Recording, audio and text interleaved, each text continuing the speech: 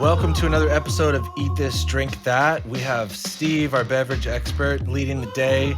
We have Ali Khan, the amazing TV host and world's okayest chef. And I'm Ryan. I'm in a museum. And Steve, what is your drink that for today? We have a fun episode today, but I'm going to just start with a question. I'm going to see if you can uncover I what knew I'm I was talking going to be about. going to school What today. is what is perfect, bruised, dirty, bitter, wet, dry, or 50-50? Wait, I don't even know. I girlfriend? got lost in that question. So hardcore. What is These are just taglines for, you're ordering a drink and you say, oh, I want it bruised and dirty, or I want it wet I know. and perfect. I made a An horrible old joke, banana. but I know What do you think it's An old martini. banana. I know it's martini. An old banana can be dirty, bruised, and wet. So, Wet. yeah, I'll have an old banana. I'll have a wet banana. Yeah. Yes. So these are just martini variations. We're going to do some today, and I'm going to make one, which is my favorite. We're going to have a couple episodes after this that kind of is a nod to what's super popular right now. But it's always a drink that has a lot of people, maybe because of how it's ordered. There's always lingo attached to martinis. I mean, you can think about James Bond, shaken, not stirred, blah, blah, blah. Kick. My favorite is kick the vermouth to the Never curb. heard that one. Which, that would be super dry. So bruised just means shaken. Because think of gin, if that's your base, you have all the botanicals.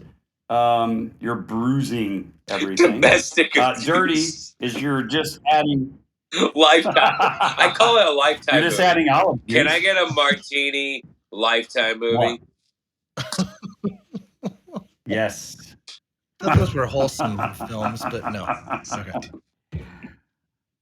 I have a friend that she just says bruised, dirty, and bitter. It's how I like my martinis. I'd love to be at a bar where a lady just pulls up and says that. What is that? Yeah. Bruised, dirty. I don't even know. I'm bruised and dirty. I'm like, I think that could happen in Texas pretty regularly. pretty much. Yeah. Yeah, could be. Okay. Dirty is just olive juice. Bitter is actually a pre-prohibition style of martini. It's just adding bitters to a couple dashes. I like orange bitters or Peychaud because of the color that it puts in there. Wet. So a traditional recipe, the one that we did a long time ago, 2-to-1. 2 ounces of spirit. Okay. 1 ounce of vermouth. So that's traditional. Wet would be up it to like 1.5 ounces of vermouth. Dry could go down all the way to no vermouth or 1/4 ounce or 1/2 ounce. Depend. All this has to do with ratios and personal taste. The martini might be the one cocktail that allows personal taste to be the driver of the vehicle. Because you might not like super dry martinis, and you might like a 50-50 martini, which is equal parts vermouth and spirit. You just might like that flavor. Some people, they might not like vermouth at all and just want really a stirred vodka or gin spirit based, and then so this is like the Burger King of cocktails. Have it your way. Yeah, or the secret In-N-Out burgers with all the animal and extra it is. stuff. You know what it is? It's a freaking secret menu. Everything you said is like, you got to decode it because it's secret menu. I thought I was sharp with my Burger King. Yeah, Rear was sharper with In-N-Out. It's the secret menu. And real martini, martinis are very easy drinks for people to order at the bar. You don't have to be in the know or a spirit geek or somebody who has researched pre-prohibition recipes every Even single though day you of just their had to life. give us a You can just glossary at walk the in and beginning say, of this, and one of your variations included pre-prohibition. What a big faker. You don't have to be a geek, even though I gave you a no, riddle at the beginning because of all this. you What have a to load. do, Sure. I love a dirty banana. Give me your but all you have to do is walk in and say, Right. I want a vodka martini, or I want a cosmopolitan, or I want an espresso martini. Strangely, I always contribute cosmopolitans, espresso martinis. I could be out of left field on this, but to that show Sex and the City in the 90s. Yeah. Was that the 90s? Well, they re-showed all of them, or a new one just came out, and all of a sudden Cosmos and back. espresso martinis are all over the place. On TikTok, on menus at bars, you see people drinking them. And Cosmo was one of those martini variations where people pushed away from in the late aughts, early teens.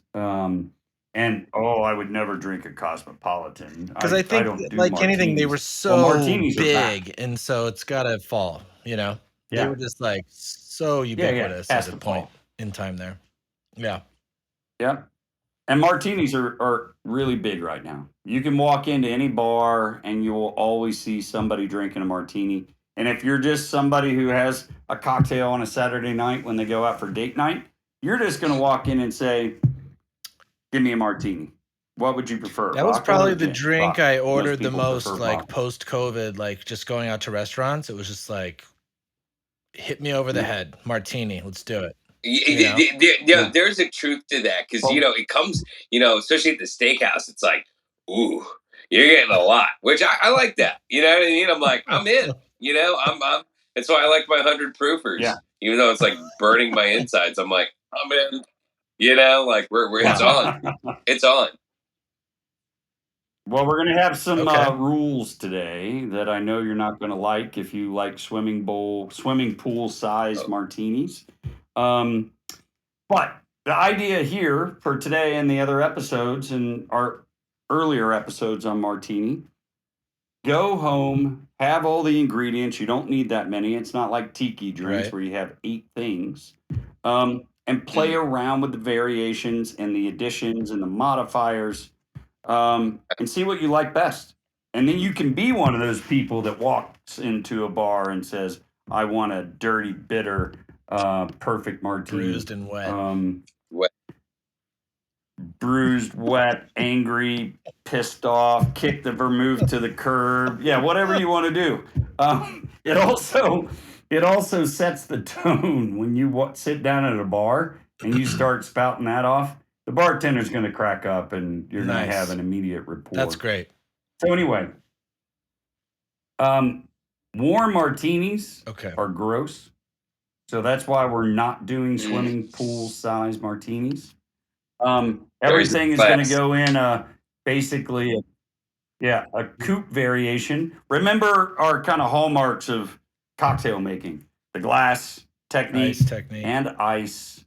Because today we're doing bruised martini, so that means we're shaking, not stirring.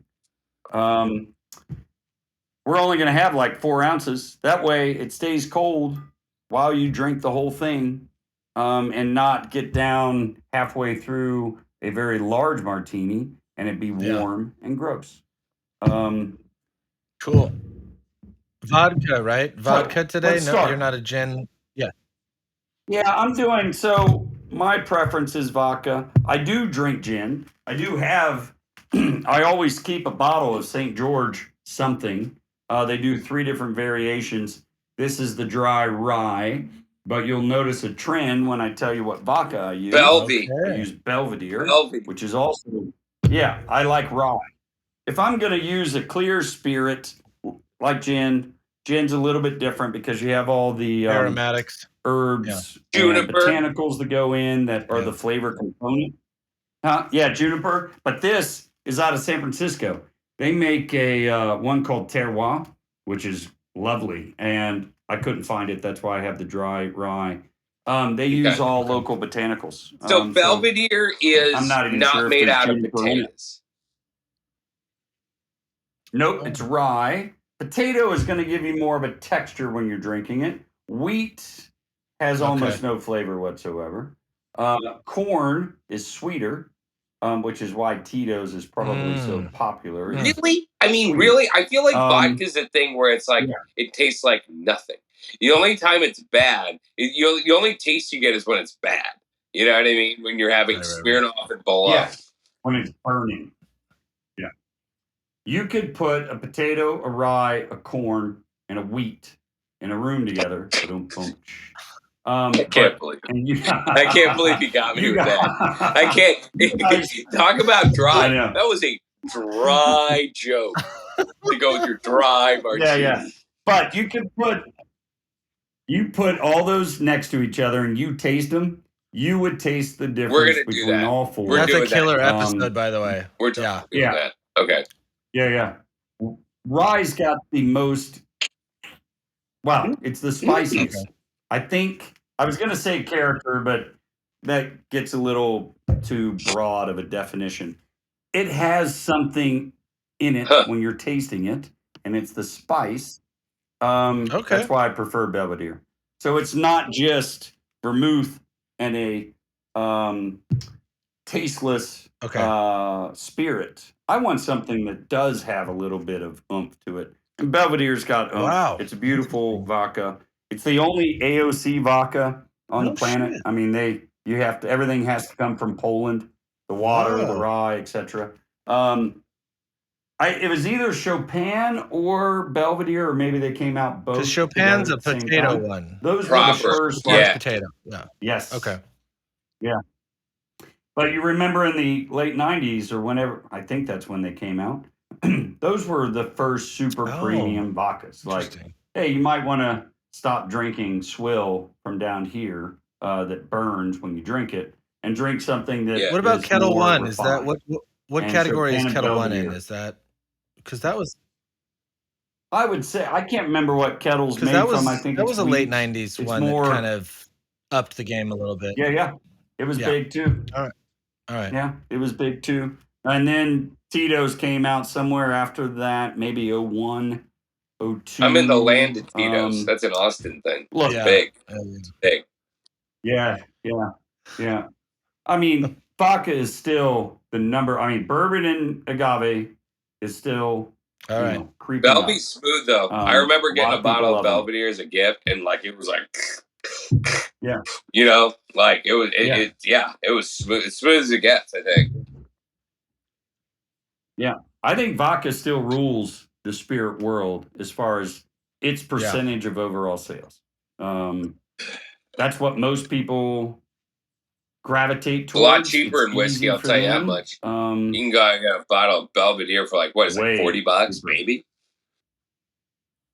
Yeah, maybe 30. Yeah, $29.99. Nothing. That's nothing. Yeah. What are we cooking up? My variation. Remember, what are we cooking up? What's that? What are we drinking? Okay, my variation. What I like the perfect, the dirty, the bruised, and the bitter. So completely lost. I thought you were going to say one thing, and then you said four. Yeah, I know. Yeah. I want it shaken. I'm going to put a little bit of olive juice in it. I don't want, like half and half. I don't want it fully briny. I just want a background of flavor. The Peychaud bitters is the bitter part.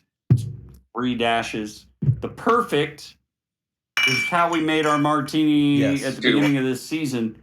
There's 2 vermouths. One is dry. One is called Blanc. Has a little bit of sweetness. We're going 50-50 on these. It's just the way I like my martinis. And I actually do the same thing with, you can do a perfect Manhattan that way too. So because we're shaking today, I'm just going to use I love the little easy your gear shaker. My gear. I have multiple shakers. This one I use the most. Just more out of simplicity and ease. I only need one thing. Okay. I have my ice. And you bought that ice, right? Ice. You make. No, I make. What'd you make it from? Filtered water? So I use spring water. Okay. I use spring water. And then I have multiple trays. I have ones that are cylinder, so you can shake multiple margaritas. I have these that are kind of multi-purpose cubes for drinking on the rocks or shaking one cocktail. And then I have smaller cubes that I can either smash up or just use smaller cubes for like just maniacal that he's pouring out spring water in all those different molds. Yeah. You know what I mean? The Ice King. Yeah. Okay. Yeah. I buy Crystal Geyser or something in the big giant thing, and I just have those for making ice. Pure good water, I've heard from a doctor. Yeah, and it's cheap. So 1 piece of ice. Yeah, it's cheap. So 2 ounces. We're making a perfect, but I'm not doing wet or dry or 50-50. So it's the root recipe or the base recipe, 2 to 1. So 2 ounces of vodka. Let's just do it right now. 2 ounces of vodka. I don't have overhead studio, but you can see what I'm doing. I have my little OXO. I like this one because it's super easy for people to make cocktails. It's all graduated on the side. You go 2 ounces of vodka. And then we have our vacuum vend vermouth, so they last longer. They stay in the refrigerator. I've had these for a couple months. I also buy 375s so that you're putting both of these. Both of these are going in. Okay. Yeah. So this is the perfect part. So it's 2 to 1. So we need 1 ounce of vermouth, but because I'm using 2 clear vermouths, I'm going to do a half ounce each. Yep. Look at this guy. He's on fire. I got to tell you, every time I see that Dolan, the green one, because I bought one I think because I use it for the French 75. I forget why I bought the Dolan, but I used it for something. But then I braised leeks in that stuff. And every time I see that, I'm like, oh, dude, it's so good. And like, it does. The great thing about braising of vegetables, it doesn't take long. It's a 10-minute process. It was so delicious. Like, that was, and the cool thing is like, it's not like, oh, this is wine. You know, sometimes with wine, you're like, you want to like use cooking wine you would drink, but at the same time, like, I kind of just want to drink it. You know what I mean? But I didn't feel bad about using vermouth. I'm like, I got to use this stuff. You know what I mean? So it's actually great to. That's my rule with cooking wine. Why would you use something that you won't want to drink? Makes sense. You already have it in the house, so just buy an extra bottle and then drink some and use some. So now let's go flavoring components. The dirty, which is the olive juice. These are the Santa Barbara Olive Company. I usually have these. Sometimes I don't mess around with blue cheese olives at home. It gets sloppy and smelly. But sometimes I do it. You like green olives? Is that the way to go? I like the green. I just like the way these taste. Think about you're going to be eating the olives after you drink the drink. So have something you like to eat. Now, now, for a dirty, you can go all the way up to 1 ounce if you want, half ounce. I'm not going that dirty. I'm only using a teaspoon. It's barely dirty. I think that's clean in my book. Yeah, it's not much. 0.2, isn't that? I think it's 0.2. I can't remember what the ounces are. Might be a quarter. Anyway, just a little teaspoon. That's it. I'm also, since I'm in here, I'm going to drain out an olive. I might even put a second one. So you put the olive in the cocktail. That's going to be my garnish. Oh, in the glass. No, in the glass. Okay. I'm prepping the glass. Then we're going to do our bitter. And I use Peychaud for the color, and you'll see what I'm talking about when I'm done. 2, 3. 3 dashes. I have 3 dashes. Now let's shake. Now remember if you remember the episode of Martinis when we stirred, dilution. I don't want to over dilute my martini. I want to taste the spirit a little more. If you want it to be a little more diluted, meaning more of the water from the ice goes into the drink, you can just shake longer or stir longer. It's a part of all this variation. I'm only going to shake for a little while till I feel the side of this is really cold. You're frothing a little bit. You are chilling. That was like 6 shakes. And he didn't even. That's like a shake weight. He lasted maybe 5 seconds. He's shake weight.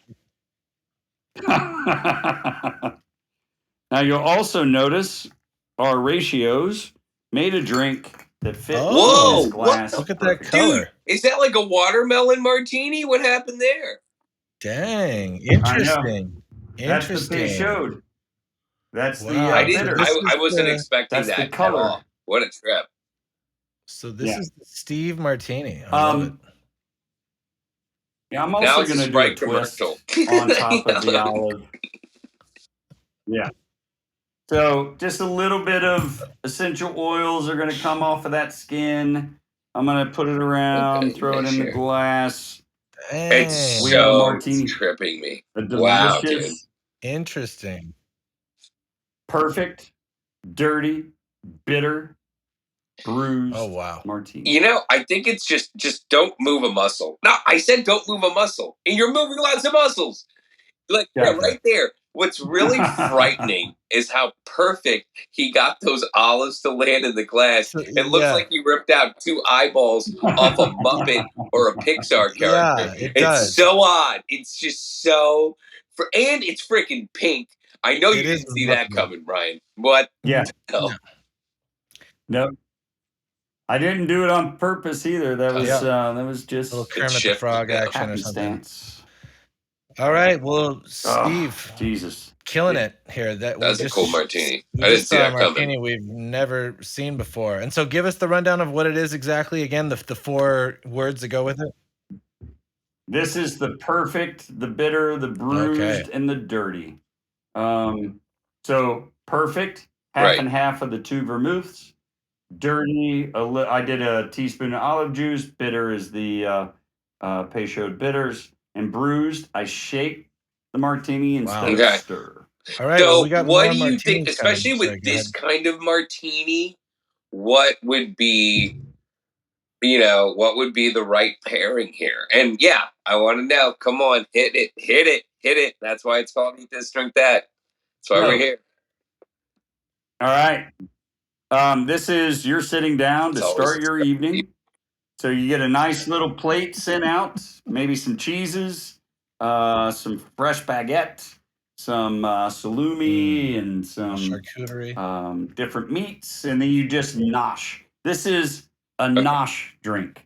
You could sit down with this for a big steak, but if I'm staying at a steakhouse, I'm starting with this. I'm going to have some stuff to nosh on that are super flavorful items like cheeses, meats, nuts, almonds, and stuff like that come on the cheese boards.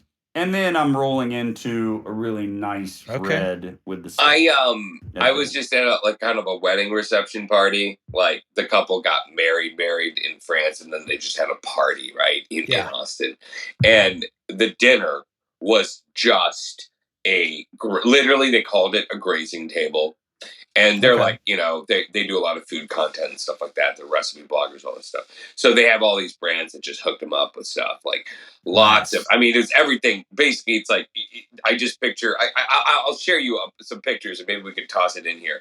But it was just like cheese, salamis. They had rings of pretzels, oddly enough. All the breads, flatbreads, all that stuff. But that's like what you basically had for your dinner. You know what I mean? And then there were sweets and stuff too. And it was just it was kind of great because it's like you're eating stuff that's rich, but you're not just sitting down to a large plate of food. You can kind of keep going as you had your drinks. But it was just basically it's like, this is a party drink. You know what I mean? It's a party drink. You want to keep the party going. Yeah. I'm going to throw a curveball at you for what I think would be interesting with this. First of all, because I love olives and I love brine, I would make mine so dirty like the vermouth would be like, what's going on? I would put like a shot. I would have a ton of olive juice in there for my eat this for this. Yeah. And I would do, I love dishes that just use a crap ton of olives in it. We did like a braised chicken thigh, a Moroccan braised chicken thigh with lots of olives in it. And we subbed out nuts for something, but there should be like almonds in it usually. And it was just rad. And the olive just kind of like excited you about why you were digging into this dish. So it's bold, it's flavorful, it's hearty.